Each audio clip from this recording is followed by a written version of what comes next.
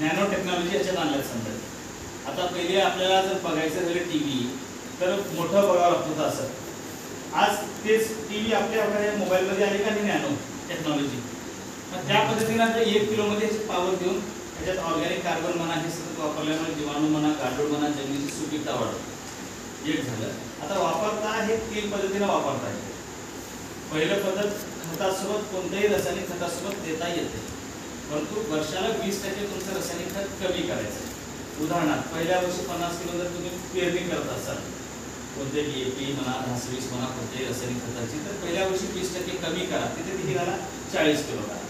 दुसऱ्या वर्षी 30 किलो घाला आणि त्याच्यानंतर 20 किलो घाला. त्याच्यानंतर 10 किलो घाला. त्याच्यानंतर 0 घाला. 5व्या वर्षी 100% सोडायचं आहे. मग त्या ठिकाणी तुमचं काय होतंय ते रासायनिक जे तुमचं खत आहे की आता हे खताचं जे खर्च आहे ते काय होतंय तिथं 0 होतंय. म्हणजे इतकं काय झालं तुमचं प्रॉफिट झालं.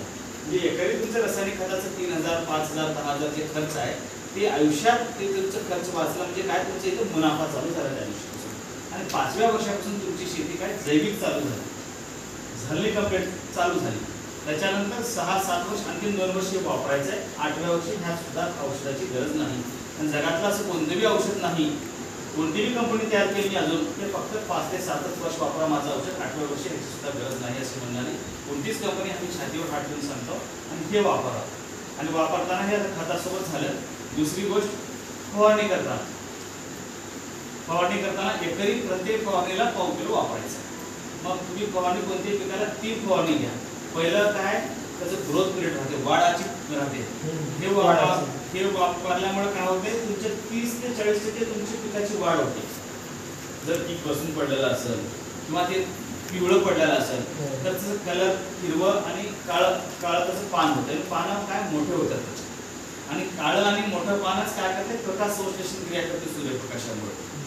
जे पिवळं पान आहे ते करत नाही. एक लक्षात घ्या. आणि त्याच्यानंतर दुसरं काय होणार आहे दुसरं पद्धत फुलाच्या वेळेस जर आपण फवारणी केलो त्यावेळेस काय फुल गळणा होती तुमची किंवा धुई मंज जे येते बघा त्याचा प्रभाव कमी होते. फुलं गळत नाही.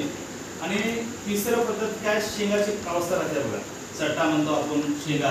मग त्यावेळेस 1-2 जे ज्या ठिकाणी दाणे भरायची त्याची फवारणी तिसऱ्या वेळेस सतत केल्यामुळं 2 ते 3 भरायचे 1 ते 2 भरायचे 2, 3 किंवा 3, 4 असं जास्त संख्येने भेटतात तुम्हाला. म्हणजे तुमचं उत्पन्न वाढतं. आणि ज्या वेळेस तुम्ही अजून सुद्धा जर तुम्हाला करावं वाटलं इच्छा तरी किलो छोटी फवारणी सुद्धा तरी तुम्हाला जास्ती फायदा भेटेल. कसं तर त्यावेळेस शेंगा राहतात.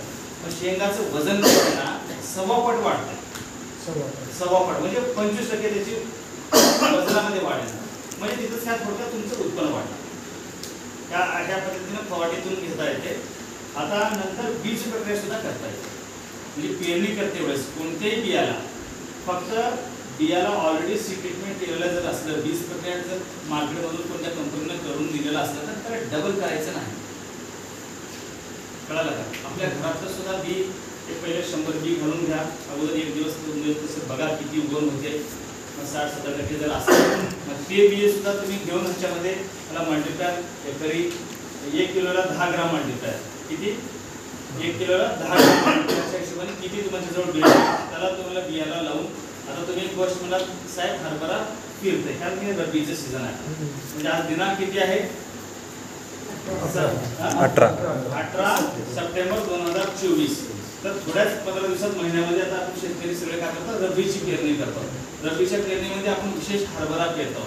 आता सगळ्या आपल्या भागामध्ये गुलबर्गा म्हणा बीदर म्हणा लातूर म्हणा नांदेड म्हणा या भागामध्ये काय होणार आहे हरभरा उंबळला फिरला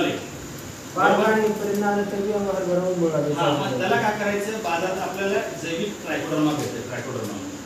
ट्रायकोडर्मा 10 ग्राम 1 किलोला आणि 10 ग्राम मल्टीप्लाय हे दोन्ही ते काय जैविक बुरशीनाशक आहे. जैविक बुरशीनाशक आहे. त्याच्यात सुद्धा कोणतं केमिकल नाही आणि त्याच्यासोबत कोणतंच औषध मिक्स होत नाही. पण विशेष करून ह्याच्यात सुद्धा कोणतं केमिकल नाही म्हणून आपण मल्टीप्लाय बिंदास त्याच्यासोबत दोन्ही मिक्स करून त्याला बीज प्रक्रिया करून म्हणजे बीज प्रक्रिया करताना काय करायचं आहे थोडं गुळाचं पाणी करून घ्यायचं आहे आणि लावून करायचं आहे. लावून त्याला पिऊ शकतो. त्याच्यानंतर खतामध्ये सुद्धा द्या. ज्या ठिकाणी तुमचं उंबळतंय हरभरा त्या ठिकाणी 1 एकरला 1 महिन्याला असं 1 किलो सुद्धा देऊ शकता तुम्ही मल्टीप्लायर. जर तुमची 1 एकरची शेती असेल तर पीक किती महिन्याचा हरभरा 3 महिन्याचा आहे. तसं ते 3 किलो सुद्धा तुम्ही जमिनीत एकदा सुद्धा घातला तर चालते. किंवा आता एकदा त्या जेव्हा नेक्स्ट वेळेस कोणाला जी पाण्याची सोय असेल त्यांना पाणी देते बघा, अगोदर ते घालून पाणी सुद्धा देऊ शकतो. म्हणजे कसेही जाव 1 किलो 1 एकरला 1 महिन्याला द्यावं. आता ड्रिपवाले कोणतं ड्रिप वाले आहेत का? ड्रिपसाठी तुमचं ड्रिप आहे ना, मग हे काय करायचं 1 किलो त्याला आठवड्याला पाव किलो द्यायचं. एकरी म्हणजे 1 किलो झालं. जर पाट पाणी असेल, पाट पाणी आपण उसाला सुद्धा आपण देतो आहोत, अर्धा किलो 15 दिवसाला द्यायचं. आणि ड्रिपने असेल या पद्धतीने. तर असं फवारणीतून, बीज प्रक्रियातून आणि खतासोबत देऊ शकतो. साहेब तुम्ही ऑलरेडी खत वापरतच नाही असे काही शेतकरी आहेत का इथं? तुम्ही आहात ऑलरेडी म्हणजे दुसरे कोणी देशमुख साहेब, तुम्ही रासायनिक खत ऑलरेडी 4 वर्षापासून 5 वर्षापासून 10 वर्षापासून तुम्ही सोडला. 7 वर्षाचा. हा साहेब, मग तुम्ही आता रासायनिक खतासोबत तुम्हाला कोण झाला मला रिपीट ऑलरेडी तुम्ही सोडला. तुम्ही कसं वापरायचं आहे? माती घ्यायचं आहे, ज्या शेतात वापरला त्या शेतात 3 ते 5 टोपले माती घ्या.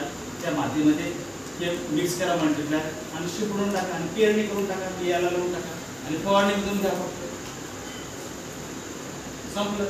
तुम्ही वापस जायचं नाही परत. ऑलरेडी तुम्ही ते पद्धत सोडून टाका.